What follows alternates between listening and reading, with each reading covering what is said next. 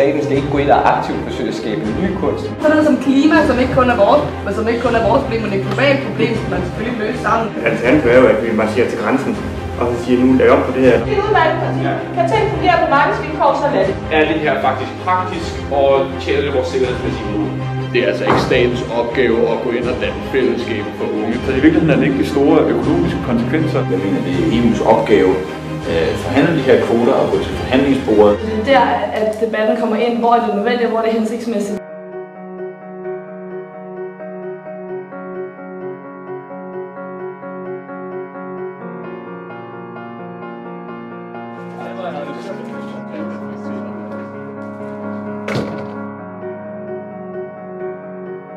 Man bliver jo ikke konservativ af, at man fragmenteret kan hive et par Burke-citater frem. Og derfor har jeg taget Russell Kirks sammenskrivning af Burkes værker med.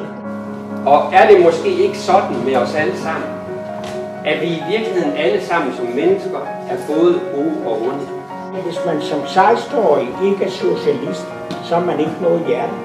Men hvis man som 20-årig ikke er konservativ, har man ingen hjerne. Gældskravet blev løsnet en del op, fordi at stort set alle lande havde højere gæld end 60% af BNP. Så får jeg til, med mindre det er hensigtsmæssigt. Fordi pragmatikere har vi jo altid også været.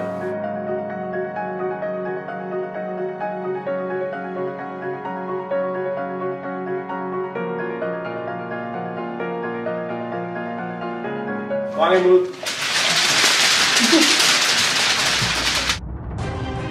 Kulturstøtte generelt er meget, meget vigtigt for at opretholde det danske sprog. Men det ser vi jo også igennem skoleting. Det er omegnen af 20 milliarder kroner årligt herhjemme. Det absolut værste og det absolut mest farlige, der er for folkekirken, det er politikere, der blander sig. Friheden så vælge, hvad vi vil støtte. Det var jo ikke ifølge det, vi ved så præcis. Der er vi over i den branche, der vi vil være. Det er konservativt. Jeg har haft enorme problemer med integration. Men for dem heroppe, som har et ønske om at integrere sig. Alle har ret til at komme, bare de ikke arbejder. Det er ikke mandfolk, vi sender afsted. Det er derfor, vi bliver nødt til at omtænke vores militære aktion. Du sagde forsvarsløs. Ja, okay. Jamen, den tager jeg på mig. Vi ser gerne, at der er flere, der bliver indkaldt. Der er rigtig mange popcorn, der er rigtig meget, også nogle proteiner undervejs. Vi skal altid være kritiske i vores tilgang. Så for os er der slet ikke nogen som helst tvivl om, at Q2 er den overlegne vinder af det her rent argumentationsmæssigt. Det er vigtigt for mig som partiformand at få et indblik i, hvad er det, der rører sig af synspunkter hos jer, som er the upcoming conservatives.